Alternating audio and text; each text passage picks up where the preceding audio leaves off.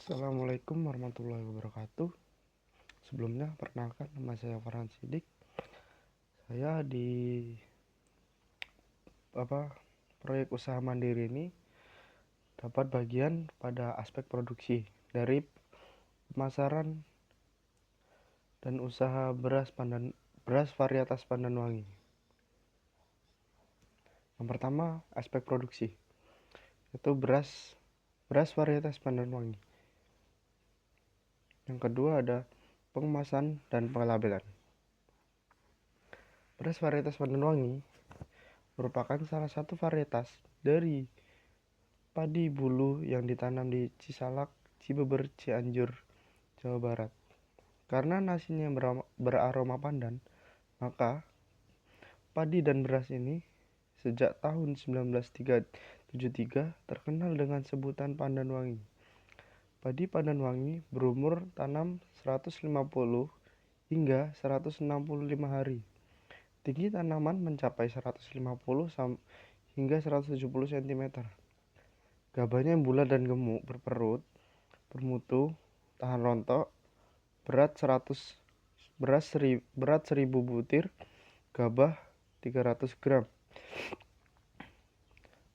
Rasa nasi enak dan beraroma pandan. Adapun kadar amilasenya 20%. Potensi hasilnya adalah 6-7 ton per hektarnya.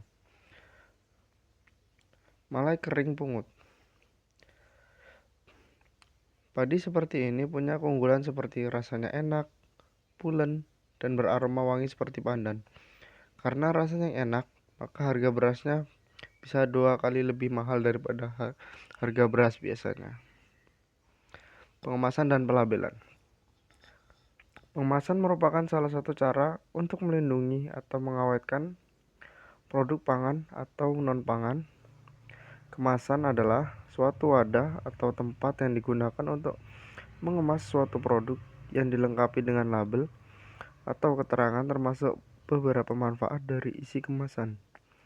Pengemasan mempunyai peranan dan fungsi yang penting dalam menjunjung distribusi produk, terutama yang mudah mengalami kerusakan. Fungsi dari kemasan. Yang pertama, sebagai wadah atau tempat untuk memudahkan penyimpanan produk berupa tepung-tepungan, butiran, cairan, dan gas agar tidak berserakan dan mempermudah pekerjaan bila akan dipindahkan. Yang kedua, sebagai perlindungan bagi produk yang dikemas. Kemasan juga berfungsi untuk melindungi lingkungan sekitar produk. Yang ketiga, sebagai penunjang cara penyimpanan dan transport sebelum sampai ke konsumen akhir. Dan yang terakhir, sebagai alat persaingan dalam pemasaran. Ini adalah contoh gambaran dari suatu pengemasan beras.